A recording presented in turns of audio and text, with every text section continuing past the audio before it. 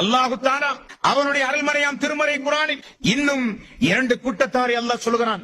இது மிக மிக ஜாக்கிரதையாக நாம் கவனிக்கப்பட வேண்டிய விஷயம். மறுமை நாளில் அல்லாஹ்வுடைய நீதிமன்றத்தில் ஒரு சில கூட்டத்தார்களுக்கு கண்களே இருக்காதாம். ஆனால் உலகத்தில் அவர்கள் கண் வழங்கப்பட்டவர்கள். உலகத்தில் எல்லாம் பார்த்து ரசித்தார்கள். விடிய விடிய டிவி பார்த்தார்கள், விடிய விடிய ஆபாச காட்சியை பார்த்தார்கள், விடிய விடிய அக்கிரமமான எல்லா சம்பவங்களையும் பார்த்தார்கள். அந்த கண் கொண்டு அல்லாஹ் தந்தானே இந்த கண், இதற்கும் மறுமையில் பதில் சொல்ல வேண்டும் என்கிற எண்ணம் இல்லாமல் அல்லாஹ் கொடுத்த அந்த கண்ணை இந்த உலகத்தில் உலகத்தை அனுபவிப்பதற்காக, ஆபாசத்தை அனுபவிப்பதற்காக, அல்லாஹ்வுக்கு விரோதமான அல்லாஹ் தடுத்த காரியத்தை பார்ப்பதற்காக துனியாவில் ரசித்தானே, அப்படிப்பட்ட ஒரு கூட்டம் மறுமை நாளில் குருடர்களாக ஒரு கூட்டம். 20வது அத்தியாயம் 124 125வது வசனம்.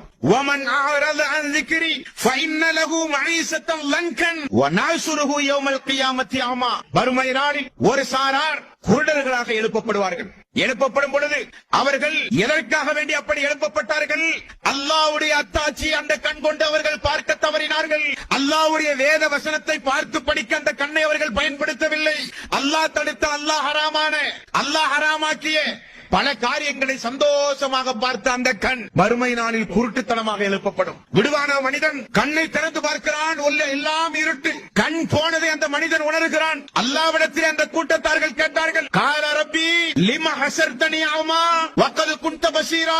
உலகத்தில் நாங்கள் பார்த்து கொண்டிருந்தோமே யா அல்லாஹ், உலகத்தில் நாங்கள் பார்த்து கொண்டிருந்தோமே யா அல்லாஹ், எங்களுடைய கண்ணெல்லாம் இந்த நாளில் பறிபோனதே யா அல்லாஹ் என்று அல்லாஹ்விடத்திலே முறையிடுகிற ஒரு கூட்டம். அல்லாஹ் சொல்லுகிற பதில், கால கதாலிக்க அத்தத்துகா ஆயாதுனா ஃபனசீதஹா வகதாலிக்கல் யௌம துன்சா.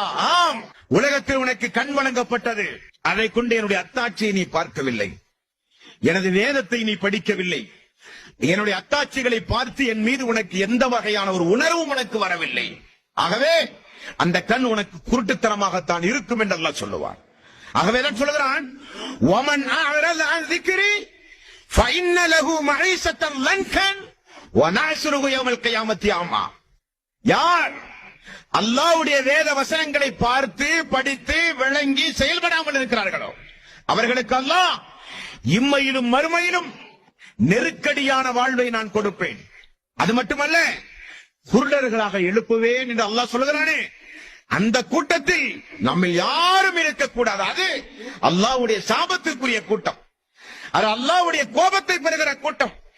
அல்லாஹ் அவர்களின் மீது கோபம் கொண்ட நிலையிலேயே அவர்கள் எழுப்பப்பட்ட கூட்டம்.